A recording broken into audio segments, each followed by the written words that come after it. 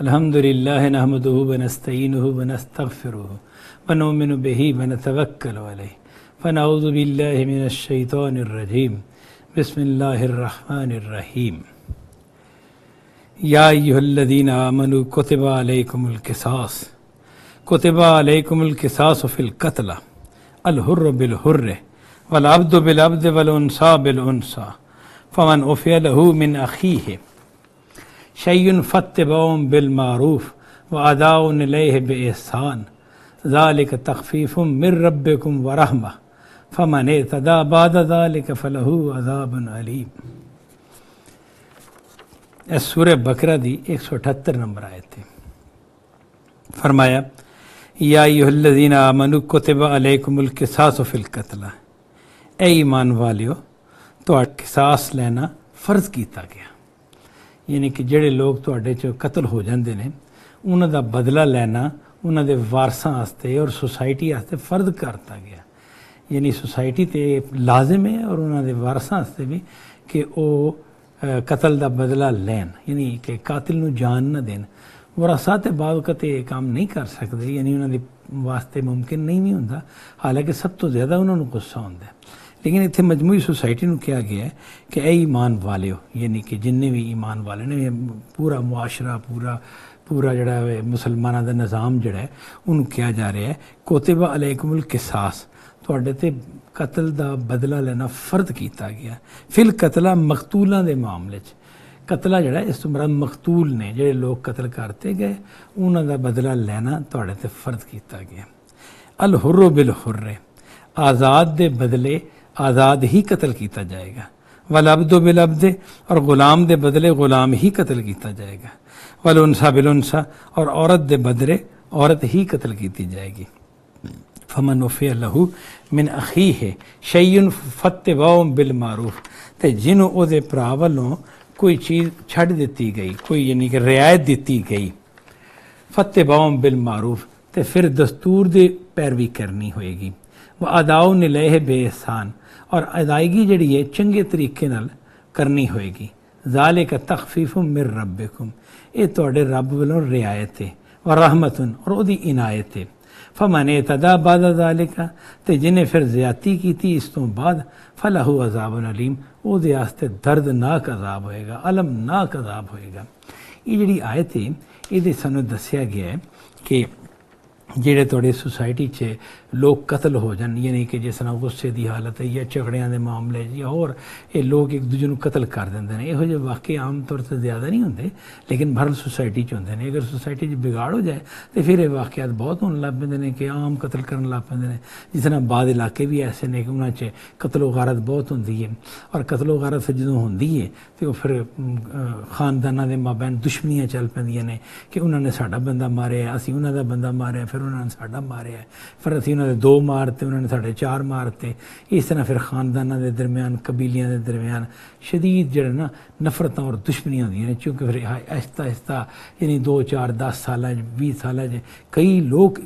दोवां खानदाना के कतल हो चुके होंगे ने, और उहदे नतीजे फिर सख्त किस्म की दुश्मनी और अदावत पैदा हो जाती है। और सोसाइटी जिहड़ी है उहदे ये अफराद जिहड़े कि इस चपकलिश में मुबतला हो जाते हैं, वो कोई खैर का काम या उहदे कोई अच्छा हिस्सा नहीं लै सकते। उन्हों का सब तो बड़ा मकसद या उन्होंने जिंदगी का मकसद कतल का बदला लेना हो के रह जाता है। यानी कभी इस खानदान के दिन च मसला होंदा है जी साडा बंदा कतल किया गया तो असीं कतल करना, जो कर लेंदे ने तो फिर दूसरा खानदान या दूसरा कबीला जिहड़ा वो सोचता है कि भी साडे बंदे उन्होंने कतल करते हैं 1 या 2 या 4 तो हुण असीं बदला लेना है, तो ये विच ही जिंदगी बसर कर देंदे ने। तो इसनूं रोकण दा की तरीका है? इस रोकण का तरीका है कि सोसाइटी एक्शन लवे, सोसाइटी का जिहड़ा निज़ाम है वो एक्शन लवे। तो वो इस दस्सिया गया है कि तुसीं जिहड़े मकतूल ने ना उन्हां दा कतल बदला लेना फर्ज किया गया। बदला जो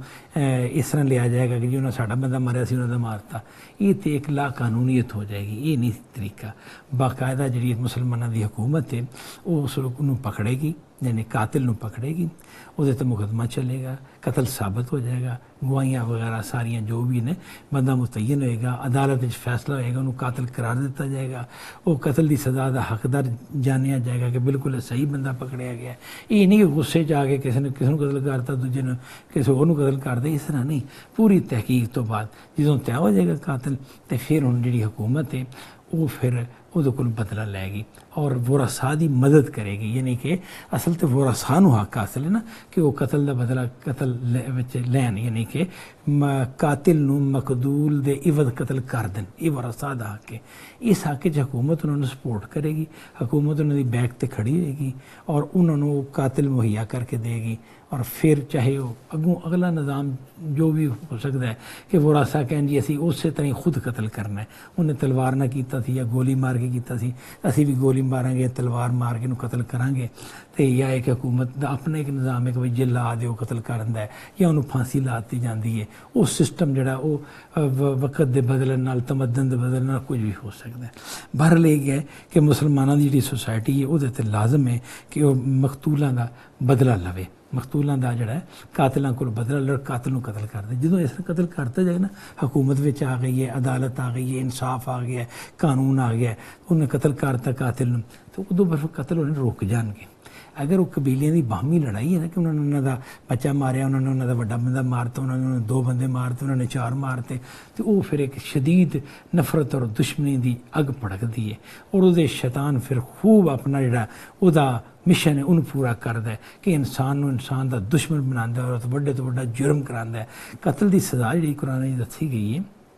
अगर एक आदमी कतल करता है और कतल तो बाद तौबा नहीं करता बल्कि डटिया रहता अपने कतल के जुर्म से, कोई न शर्मिंदगी, कोई परवाह नहीं, कोई तौबा नहीं, तो कतल की पूरी सज़ा अबदी जहन्नम है। यानी कि कातिल नो हमेशा हमेशा जहन्नम में सुटता जाएगा, उन्होंने उतों कढ़नगे नहीं अल्लाह ताला इल्ला माशाअल्लाह।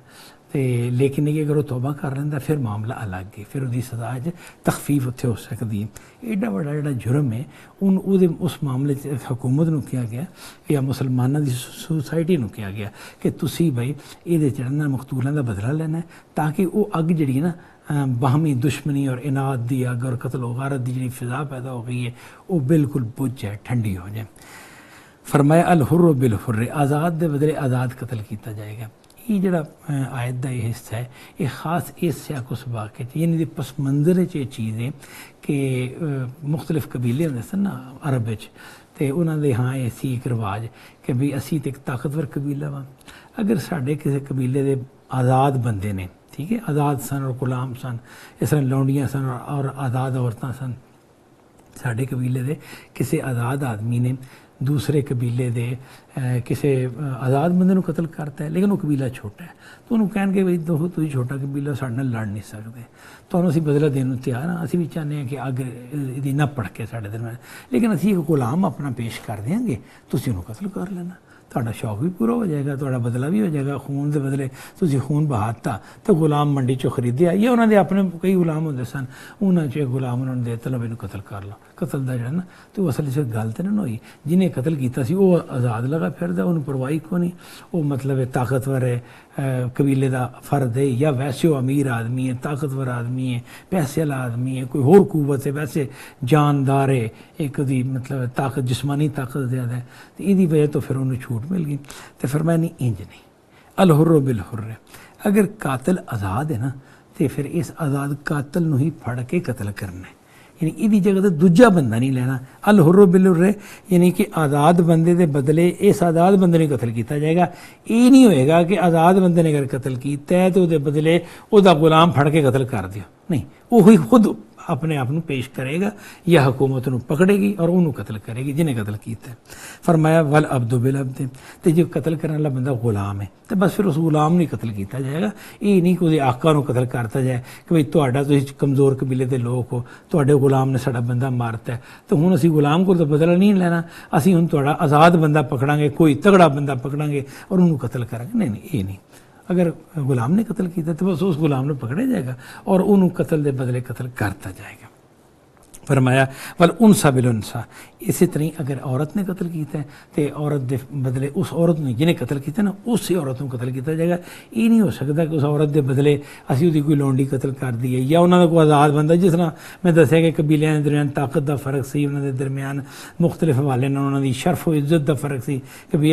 कबीले का बड़ा बुलंद मुकाम है, कबीला जोड़ा कमज़ोर है, तादाद घट है, या ये लोग जोड़े ने ज़्यादा मतलब शहर तमदन तो दूर ने, इन्हों की कोई हैसीयत नहीं, जंगली लोग ने, इन्हों की वैल्यू घट है। इस बेस से तुसीं इन्हां दा अगर फर्ज करो इन्हों की मतलब है कि इन्हां दे किसी आज़ाद बंद इन्हां दी औरत ने साढ़े किसी बंदे नूं मारता है तो असीं फिर औरत नूं नहीं कतल करांगे, असीं कहांगे असीं इन्हां दे बंदे कतल करांगे या दो बंदे कतल करांगे। नहीं, जिस औरत ने कतल किया खा कमज़ोर कबीले नाल तलक रखती है, खा ताकतवर कबीले नाल तलक रखती है, सिर्फ उस औरत नूं कतल किया जाएगा जिन्हें कतल किया है। फमन उफिया लहू मिन अखी है, फरमाया तो जिन्हों माफ़ करता गया वो भरा वालों कुछ रियायत दी गई, यानी कि जो मकतूल है ना वो वारसा ने कहा कि भी असी खून बहाते राज़ी हो जाने, यानी असी थोड़ा बंदा जिन्हें कतल किया ना उन्होंने नहीं मार दे, मतलब वो लोग माफ़ी मंग रहे हैं, कह रहे हैं कि नहीं सानू तुसीं कतल ना करो, थोड़ा बंदा तो कतल हो गया, असी माफ़ी चाहते हैं, गुस्से या लड़ाई झगड़े कतल हो गया, असी उसकी जगह पर ना दीयत देन नूं तैयार हाँ, असी मुआवजा देन नूं तैयार हाँ। यानी कसास दियाँ दो शक्लां ने, एक तो वे कि खून के बदले खून बहाया जाएगा, यानी बंदे के बदले बंदा कतल किया जाएगा, कातिल नूं कतल कर देंगे, एक तो है। दूसरा है कि नहीं कातिल नूं कतल तो नहीं हो रहा, कातिल ने माफ़ी वगैरह मंग ली और जो मकतूल है ना उसकी जगह तो असी वारसां नूं कुछ रकम दे दी, जी रकम भी तय होंदी है सोसाइटी कि भाई अगर तुसीं किसी का बंदा मारता तो तुहानूं फिर मसलन 2 लाख रुपया देना पैगा, या उस जमाने जिस तरह ऊँटां की तादाद सी 100 ऊँट देने पैणगे या 50 ऊँट, जिहड़े भी उस सोसाइटी का रिवाज सी। फरमाया जिन्हों उसके भरा वालों कुछ रियायत दी गई कि तू बई चल असीं तैनूं कतल नहीं करदे, यानी तुहाडे कातिल नूं कतल नहीं करदे बल्कि असीं तुहानूं ना कोई रियायत दे देने। फरमाया फत्तबऊं बिल मारूफ, तो फिर दस्तूर दी पैरवी करनी होएगी, यानी फमन ओफिया लहू मिन अखीही शैउन, जिन्हों उसके भरा वालों कुछ रियायत की गई, फत्तबऊं बिल मारूफ, फिर दस्तूर की पैरवी करनी है। दस्तूर तो मुराद है सोसाइटी जो रवाज है भी साढ़े तो दीयत ए चलती है, जिस तरह मतलब है पिछे इस सुनने चाहिए कि सऊदी अरब जी ना 8 लाख रियाल दीयत है, तो 8 लाख रियाल तो बड़ी वड्डी रकम है, ये रकम देनी पैगी अगर तुसीं अपना बंदा छुड़ाना चाहते हो, या कोई भी रकम सोसाइटी ने माहौल ने गवर्नमेंट ने तय कर ली। एक मुख्तलिफ दौर है मुख्तलिफ हो सकती है, पुराने वक्तों 10 ऊँट भी रहे ने, फिर 100 ऊँट करते गए, तो इस तरह दीयत का मामला ये फ़र्क हो सकता है। फरमाया जो सोसाइटी दीयत तय ना वही देनी पैगी। व अदाउन इलैहि बेहसान, और अदायगी जी चंगे तरीके नाल करनी हैगी, ये नहीं कि तुसीं दीयत दी अदायगी करनी है तो वो फिर एक अगर ऊँट देने ने ना तो माड़े माड़े ऊँट दे दिते, घटिया किस्म के ऊँट दे दिते, यानी कि अगर मिसाल के तौर पर 50 ऊँट तय होए ने कि जी 50 देने ने, तो 50 ऊँट अगर अच्छे ऊँट लगाए जान तो उन्होंने कीमत फर्ज करो 5 लाख बनती है या 50,000 बनती है, तो वो ऊँट लै लै जो 10,000 50 ऊँट आ जाते हैं, मतलब माड़े माड़े बीमार किस्म के कोई जिस मतलब जिस तरह साढ़े इत्थे होंदे ने सदके दे बकरे होंदे ने बहुत सस्ते मिलते हैं, बंदा सोचता कि एडे सस्ते किंज हो गए ने, लेकिन बहरहाल वो एक किस्म होंदी जिस गोश्त नहीं होंदा हड्डियां होंदियां ने। तो इस तरह ही दीयत के मामले बेईमानी की जाए नहीं, ये नहीं चलेगी, एहसान नाल चंगे तरीके नाल दीयत अदा करनी होएगी। ज़ालिका तख़फ़ीफ़ुम मिर रब्बिकुम, ये तुहाडे रब वालों रियायत है, यानी तुहाडे रब ने रियायत की है कि चलो जोड़े मकतूल दे वारसा ने ना उन्होंने कोई माली मदद हो जाएगी, उन्होंने बहबूद वास्ते कोई उन्होंने पैसा मिल जाएगा, बंदा तो उन्होंने मारिया गया, बंदा तो उन्होंने नहीं मिलना। तो दूसरे लोग जो कातल वगैरह है वो माफ़ी मंगते हैं और कहते हैं भी सानू साडा बंदा ना मारो और असीं उसदी जगह तो दीयत देने नूं तैयार हाँ। तो ये वारसा अगर राज़ी ने भी साडा पुत्र साडा भरा साडा जो भी कोई लगता सी वो जो साडा बाप जोड़ा है उन्होंने कतल करता गया और ये उन्हें इस तरह तरले मिन्नतां करते हैं, लोग भी विच पै गए हैं, तो असीं इन्होंने रियायत देने। तो फरमाया कि अल्लाह तआला तुहाडे से जायज़ करा देता है कि तुसीं खून बहा लै सकते हो। खून बहा और रकम नूं कहंदे ने जिन्होंने दीयत असीं कहने या खून बहा, ये दोवें लफ्ज़ इस्तेमाल होंदे ने कि भी चलो कतल नहीं करते उसकी जगह तो कुछ रकम लै लैने। फरमाया ये तुहाडे रब वालों जेहड़ा ना रियायत है व रहमा और उसदी रहमत है। यानी मदद हो जाएगी, वो सादी माली मदद हो जाएगी। फमन तदा बाद ज़ालिका फलहु अज़ाबुन अलीम। तो जिहड़ा इस तो बाद तादी करेगा, सरकशी करेगा, नहीं रुकेगा जिथे उन्होंने की क्या ना, मतलब कि अगर नहीं नहीं मैं फिर दीयत भी लैनी है, मैं ये भी करना, मैं वो भी करना है, यानी कि एक गल तो ठहरेगा नहीं। एक तो ना उन्होंने चाहिए कि वो दीयत अगर कोई ऊँट दे रहे हैं या माल दे रहे हैं तो खरा माल देन, सही चीज़ देन, अच्छे तरीके नाल अदायगी करन। तो उधरों जो लैन वाला बंदा ये भी तो ज्यादती कर सकता ना। ये कहे कि जी मैं वो ऊँट लैने ने कि जेड़े नॉर्मल नहीं बल्कि बेहतरीन ऊँट ने, महंगे तरीन ऊँट ने लैने ने, ये जुल्म भी कर सकता है। अगर ये भी कोई चौधरी है, कोई जागीरदार है, या यदि कोई बड़ी ताकत है, या कबीला को बहुत बड़ा है, तो फिर भी ज्यादती कर सकता है। तो ये क्या कि नहीं, इस तो बाद अगर कोई ज्यादती करेगा ना फलहु अज़ाबुन अलीम, तो वो ऐसे दर्दनाक अज़ाब है। जाहिर है कि जी अल्लाह की गिरफ्त च आएगा कोई भी बंदा जो हक और इंसाफ से नहीं खड़ा होंदा, और जिस तरह अल्लाह ताला ने फरमाया है उसकी बजाय वो ज्यादती करता है, तो फिर अल्लाह ताला जो पकड़ेगा तो अल्लाह की पकड़ बड़ी सख्त है, उसका अज़ाब बड़ा दर्दनाक है, अलमनाक अज़ाब है, बहुत तकलीफ दे अज़ाब है। फरमाया वलकुम फिल क़िसास हयातुन या उलिल अलबाब लअल्लकुम तत्तकून। फरमाया कि तुहाडे वास्ते बदला लैन च जिंदगी है, वलकुम फिल क़िसास हयात, यानी तुहाडे वास्ते ना बदला लैन जिंदगी है, यानी कि तुसी कातिल नूं कतल कर दिओ, इहदे च तुहाडी जिंदगी है। तुहाडी जिंदगी तो मुराद की है, जमन दा सीगा ना तुहाडे सब लोगों की जिंदगी है कि कतल रुकन गई इंज कि तुसी कातिलां नूं कतल कर दिओ, जिहड़े कतल करना लेने उन्हां नूं कतल कर दिओ, पूरा मुआशरा जिहड़ा ना उन्होंने कतल कर दें। तो ये थोड़ी जिंदगी की फिर कतल करने रुक जाएंगे, जाहिर है मुआशरे में जिंदा रहने का मौका मिलेगा। तो जे तुम इस तरह बदला नहीं लेंदे, किसास नहीं लेंदे, तो कातिल जो समझेगा कि या कातिलों का गिरोह जोड़ा या कातिल लोग जोड़े ने वो समझणगे कि तू खुली छुट्टी जो मर्जी कर दे, जो कोई पुछना ही नहीं, वो ज़रा ज़रा जी गल तो अगले ने नहीं मननी, या अपनी एक चुदराहट या अपनी हुकूमत या इकतदार बरकरार रखने वास्ते इनू मारता उन्हों मारता, हर एक बड़ा रोप पाया, हर बंदा डर रहा उन्होंने को, और जो दिल कर जिन्होंने मर्जी कतल कर देंगे। फरमाया नहीं, कातिल को बदला लैन जी थोड़ी मुआशरे की जिंदगी है, या उलिल अलबाब ए अकल वाले हो, यानी कि तुसी अगर अकल ना सोचो ना तो बदला लैन से जिंदगी ज़ाहिर तेज ना लोग इस तो मसला उठाते हैं कि देखो जी,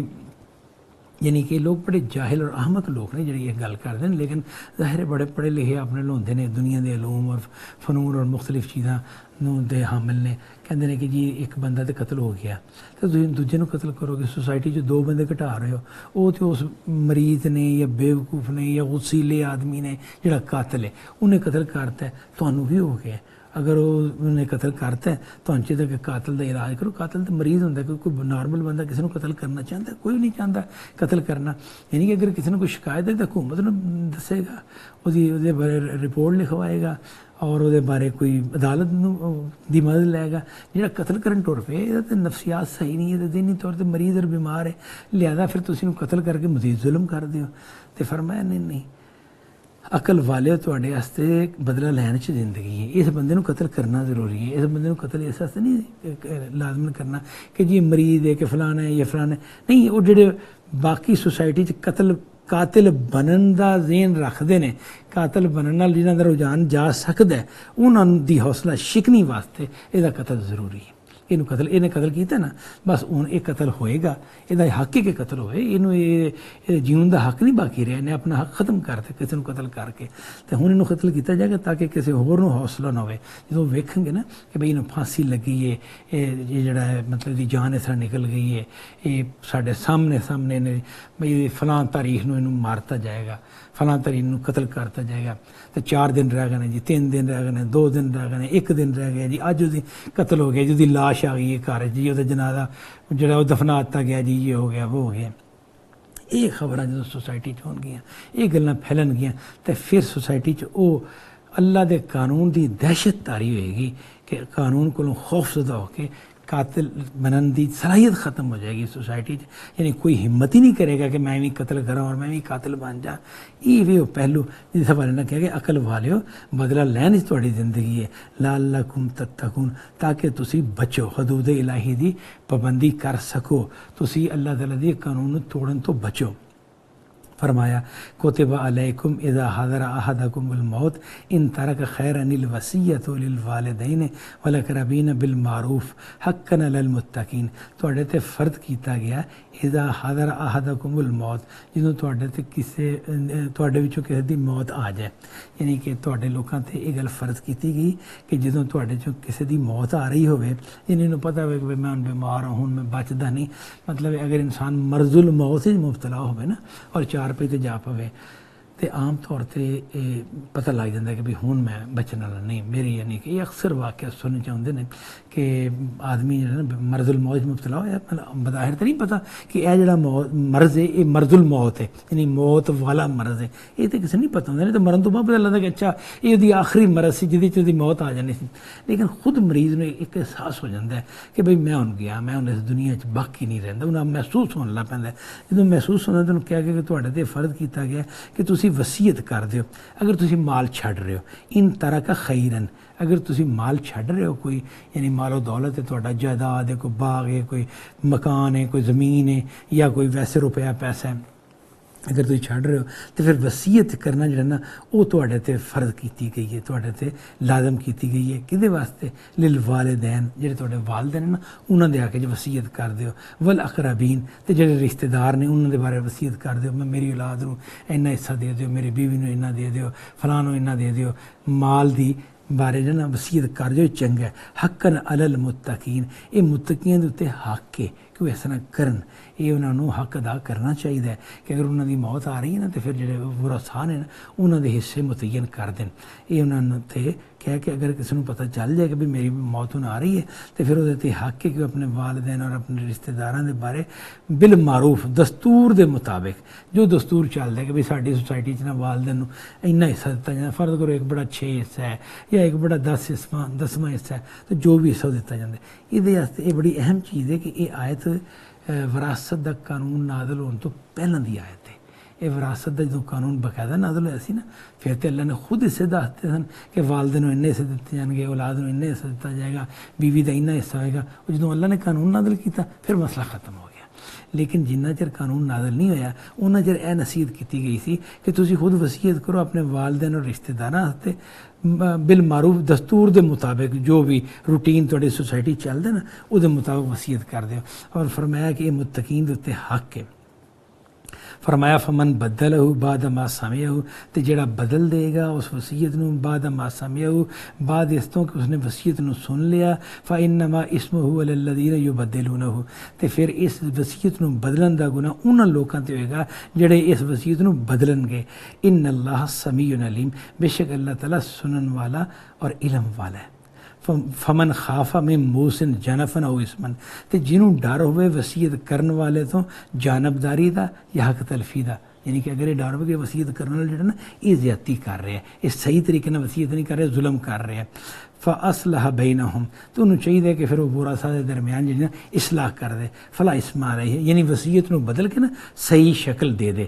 پھر کوئی گناہ نہیں۔ یہ تو جان بوجھ کے بدلے جیسا پچھلی آیت دسیا گیا، تو پھر وہ تو گناہ ہوئے گا کہ وصیت جو کی تھی اس مطابق نہیں عمل کیتا، تو جے یہ گل ہوئے کہ وصیت کرنے والا ظلم کر گیا تو پھر انہوں تسی بدل سکتے ہو، بدل سکتے ہو، اور وہ درمیان اصلاح کر دیو گے کہ بھی برا سانو دستور دے مطابق مناسب حصے مل گئے نے، فلا اسم علیہ، یہو جے بندے تھے نا جنہیں وصیت نو حق واسطے بدلیا، انصاف واسطے بدلیا، وہ تو کوئی گناہ نہیں۔ ان اللہ غفور الرحیم، اللہ تعالیٰ بے شک بہت بخشنے والا اور بڑا مہربان ہے۔ ایتھے آج دا درس ختم ہو جاتا ہے، تو ہن میں ان آیتاں دا رواں ترجمہ کر لینا۔ فرمایا یا ایھا الذین آمنوا کتب علیکم القصاص فی القتلى، اے ایمان والے تواڈے اتنے مقتولاں دا بدلہ لینا فرض کیتا گیا، الحر بالحر والعبد بالعبد والانثى بالانثى، آزاد دے بدلے آزاد ہی قتل کیتا جائے گا، تے غلام دے بدلے غلام ہی قتل کیتا جائے گا، تے عورت دے بدلے عورت ہی قتل کیتی جائے گی۔ فمن عفی لہ من اخیہ شیئن، تے جنوں کچھ معافی دیتی گئی اس پر اولوں فاتباع بالمعروف واداء الیہ باحسان، تو انہوں دستور دے مطابق پیروی کرنی ہوئے گی، اور ادائیگی جڑی ہے دیت دی ادائیگی وہ احسان نال کرنی، یعنی اچھے طریقے نال کرنی ہوئے گی۔ ذالک تخفیف من ربکم ورحمہ، یہ چیز جڑی ہے تواڈے رب والوں رعایت ہے اور دی رحمت ہے۔ فمن اعتدی بعد ذالک فلہ عذاب علیم، تے جڑا اس تو بعد زیادتی کرے گا او دے واسطے دردناک عذاب ہوئے گا۔ ولکم فی القصاص حیات، یا اولی الالباب، اے عقل والے تواڈے واسطے بدلہ لین وچ زندگی ہے، لعلکم تتقون، تاکہ تسی حدود الہی دی پابندی کرو۔ کتب علیکم اذا حضر احدکم الموت ان ترک خیرا الوصیۃ للوالدین والاقربین بالمعروف حقا علی المتقین، فرض کیتا گیا تواڈے اوتے اس شخص تے جدی موت آ گئی ہے، اگر وہ کوئی مال چھڑ رہا ہے، وصیت کرنا والدین واسطے تے رشتہ داراں واسطے معروف دے مطابق، حقا علی المتقین، یہ چیز متقین دے حق ہے۔ فمن بدلہ بعد ما سمعہ، تے جڑا شخص بدلے گا اس وصیت نو انہوں سنن تو بعد، فانما اسمہ علی الذین یبدلونہ، تے اس وصیت نو بدلن دا گناہ انہاں لوکاں تے ہوگا جڑے انہوں بدلن گے۔ ان اللہ سمیع علیم، بے شک اللہ تعالیٰ سنن والا اور علم والا ہے۔ فمن خاف من موسن جنفن او اسمن، تے جڑا جنوں ڈر ہوئے وصیت کرن والے تو کسی جانبداری دا یا حق تلفی دا، فاصلح بینہم، تے وہ پھر ورثاء دے درمیان اصلاح کر دے، فلا اسم علیہ، اس شخص تے کوئی گناہ نہیں۔ ان اللہ غفور الرحیم، بے شک اللہ تعالیٰ بہت بخشن والا بڑا مہربان ہے۔ وآخر دعوانا ان الحمد للہ رب العالمین۔